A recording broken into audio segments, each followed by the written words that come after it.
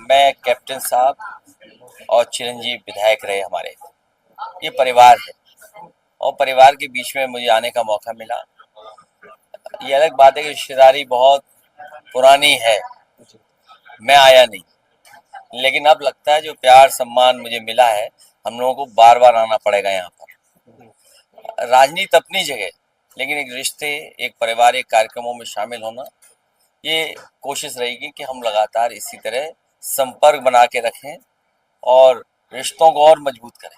अखिलेश जी एक अहम मुद्दा है, महिला आरक्षण बिल लेकर के आते हैं, उसके बाद प्रधानमंत्री लाइव आते हैं और कहते हैं कि जिस समय ये बिल फेल हुआ उस समय पे थपथपा रहे थे बेंच को विपक्ष। किस तरीके से देख रहे हैं? महिला आरक्षण के पक्ष में हम सब हैं, कोई भी विपक्षी पार्टी महिला आरक्षण के खिलाफ नहीं है।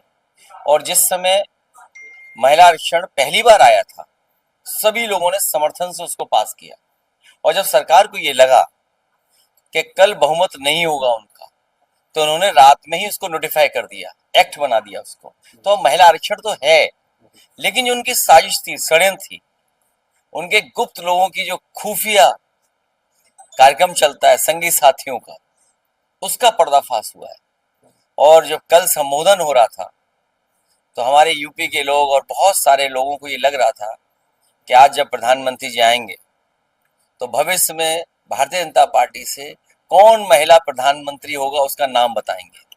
लेकिन संबोधन भी कोरा था और संबोधन में जो उम्मीद थी वो भी खाली रही।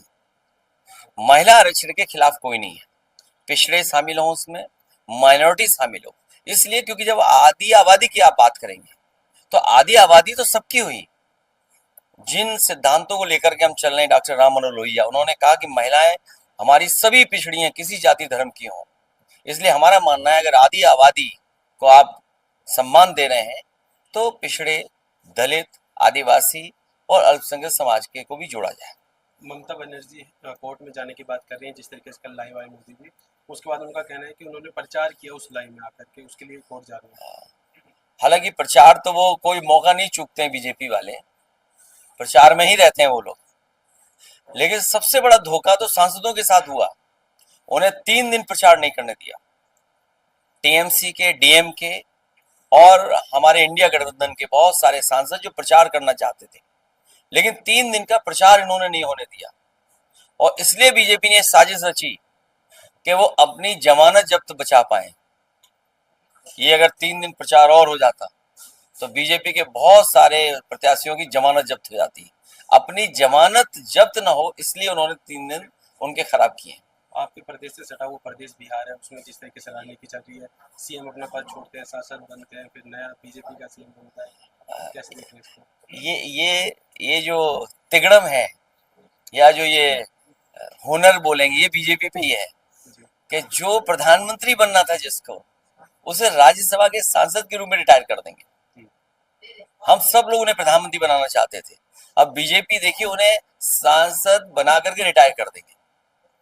हरियाणा में पिछले 2024 के चुनाव में गठबंधन आप चाह रहे थे, आपका प्लान था कि भी यहाँ समाजवादी पार्टी भी 1-2 सीटों पर लड़े।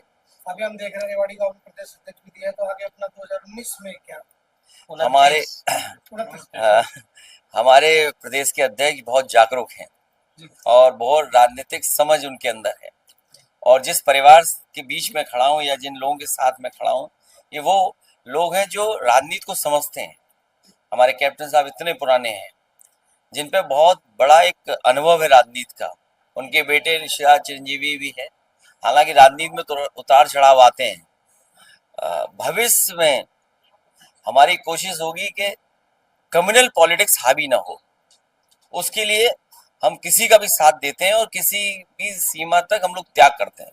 एक हरियाणा के डिप्टी सीएम के साथ प्रकरण हुआ, आपने देखा होगा कि बहुत दुखद है। मैंने भी उस पर ट्वीट किया कि अगर जनप्रतिनिधि हो, किसी ऐसे पद पे रहा हो, मुख्यमंत्री, उप मुख्यमंत्री पद पे रहा हो, और उसके साथ ये घटना घटे, तो आपका लॉ एंड ऑर्डर क्या है, सिक्योरिटी की एश्योरेंस क्या है आपकी? और फिर फोर्स के ही लोग इस तरह का व्यवहार करें, तो इसका मतलब कहीं ना कहीं साजिश बड़ी है। कम से कम इसकी क्लैरिटी सरकार लेकर के आए सामने। बंगाल और बाकी राज्यों में इसका चुनाव क्या है होने जा रहा है? कहाँ पर? ये 5 राज्य में। अरे 5 राज्य में जो अभी तक बातें समझ में आ रही हैं, जो हड़बड़ी में बीजेपी है, जी बीजेपी बुरी तरह हार रही है। और हार न रही होती तो एसआईआर कराते बंगाल में, यूपी में एसआईआर कराते। वो एसआईआर नहीं था, एनआरसी था, एनआरसी का रूप था वो एसआईआर। और सोचिए करोड़ों वोट, लाखों वोट काटे उन्होंने, उसके बावजूद भी हार रहे। सोचिए आप, जो एसआईआर, इलेक्शन कमीशन, अधिकारी, आप देख रहे हो घटनाक्रम क्या हो रहा है कि हर जगह पर इलेक्शन कमीशन बैठा, सेंट्रल फोर्सेस पहुंच गए हैं, सब अधिकारियों का ट्रांसफर पोस्टिंग हुई है। इसके बावजूद भी बंगाल के लोग आदरणीय ममता जी को जिताने जा रहे हैं और डीएमके भारी बहुमत से जीतने जा रही है।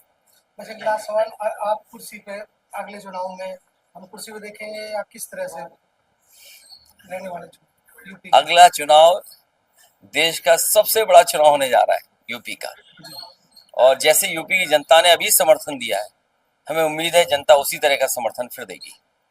धन्यवाद।